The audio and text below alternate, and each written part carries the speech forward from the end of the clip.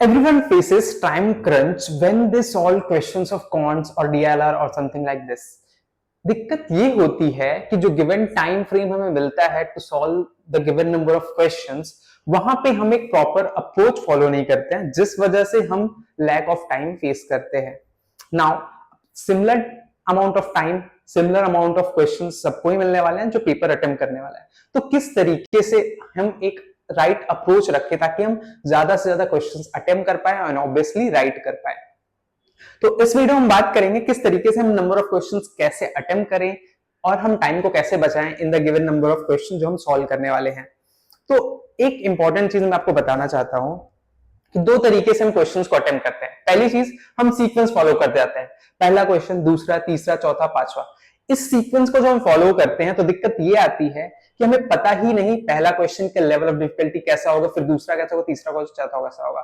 इस चक्कर में हम आगे क्वेश्चन जो शायद इजी हो वो उन तक पहुंचना कभी कभी डिफिकल्ट हो जाता है और हमारा टाइम खत्म हो जाता है.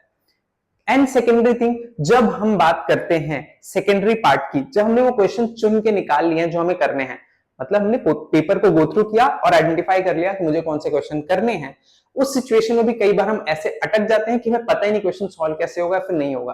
अब इन दोनों सिचुएशन में अगर पहले वाले पार्ट पे तो आपको सेकंड पार्ट मूव करना है टू आइडेंटिफाई दोस क्वेश्चंस कि आपको जो क्वेश्चन सॉल्व करने हैं. अब सेकेंडरी पार्ट में हम पहुंच चुके हैं कि क्वेश्चन मिल गया, मुझे सॉल्व करना है. अब उसमें कैसे टाइम बचाया जाए, how to save the time in that particular situation. अब मैंने क्वेश्चन ढूंढ लिया है, अब मैं क्वेश्चन सॉल्व करना चालू कर रहा हूं. अब वहां पे टाइम बचाने के तरीके के लिए मैं आपको बताना चाहूंगा, अगर क्वेश्चन में हमें ऑप्शंस गिवन है, अगर क्वेश्चन में ऑप्शंस गिवन है, देन यही हमारे बेस्ट फ्रेंड्स हैं. ऑप्शंस ही हमारे बेस्ट फ्रेंड्स हैं, यही आपका टाइम बचाने वाले हैं. अब ऑप्शंस का यूज कैसे होगा, इसको समझने के लिए हम एक क्वेश्चन देखते हैं जिससे हमें वो आइडिया लगने वाला है. Now let's see this question. ठीक है, ये एक परसेंटेज का क्वेश्चन नजर आ रहा है. क्वेश्चन क्या है, the population of a town in 2020 was 1 lakh. The population decreases by y% from the year 2020-21 and increases by x% from the year 2021 to 2022. मतलब पहले y% से डिक्रीज हो रही है, फिर x% से बढ़ रही है इन द अनदर ईयर. अब आगे बताया जा रहा है x and y are two natural numbers. If population in 2022 was greater than the population in 2020, मतलब कितना, 1 लाख से बड़ी होनी चाहिए. The difference between x and y is 10. मतलब जितने परसेंट से घटी है और जितने परसेंट से बड़ी है उन दोनों का डिफरेंस कितना होना चाहिए, 10 होना चाहिए. आगे, then the lowest possible population of the town in 2021 was. 2021 का लोएस्ट पॉपुलेशन को बताने का है. अब ये जो क्वेश्चन है वो 2023 का कैट का क्वेश्चन है. अब यहां पे हमें ऑप्शंस कैसे हेल्प करने वाले इस बारे में हम बात करते हैं. अब ऑप्शंस कैसे हैं, 73,000, 75, 74, 72,000. अब यहां पे अगर मैं इस पैटर्न को फॉलो करता हूं और मैं सिर्फ इसकी बात करता हूं about the lowest value, lowest value मेरी कौन सी होगी, 72 होगी, नहीं तो 73 होगी, फिर 74, फिर 75 होने के चांसेस होंगे. तो मतलब मैं स्टार्ट कर सकता हूं 72 के साथ. यस. अब अगर मैं इस अप्रोच को फॉलो कर रहा हूं तो मेरे हिसाब से जो वैल्यू थी 1 लाख, जो 2021 में घटने के बाद 72,000 होगी विद द ऑप्शन हम जा रहे हैं. तो मतलब कितने परसेंट का डिक्रीमेंट हो रहा है, the decrement would be of 28%. अब जो x और y का डिफरेंस बताया गया उस हिसाब से हम देखेंगे 10% का गैप होना चाहिए. तो मतलब अगर मैं ये y की बात कर रहा हूं, x कितना आएगा, x आएगा 38% आएगा.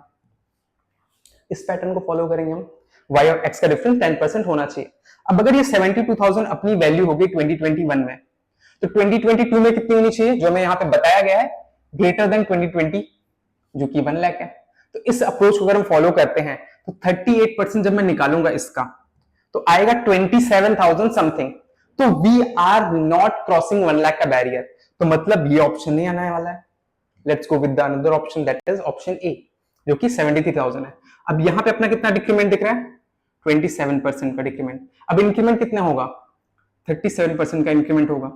अब जब मैं 73,000 में 37% इंक्रीज करूंगा तो वैल्यू आएगी 27,010. मतलब अगर इसके मैं 27,010 ऐड करूं तो हमारा वैल्यू 1 लाख एंड 10 बनने वाला है, which is greater than 1 lakh. मतलब ये ऑप्शन सेटिस्फाई हो रहा है.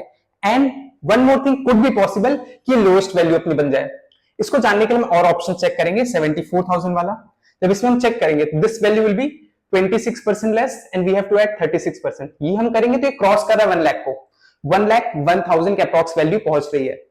तो मतलब ये ऑप्शन हमारा ऊपर लेके जा रहा है, 1 लाख से ऊपर तो जा रहा है, लेकिन लोएस्ट पॉसिबल ऑप्शन नहीं बन रहा है। लोएस्ट पॉसिबल ऑप्शन कौन सा बन रहा है? ऑप्शन ए बन रहा है। तो इस तरीके से हम ऑप्शंस को यूज करते हैं तो हम काफी ज्यादा टाइम बचा पाते हैं किसी भी क्वेश्चन में।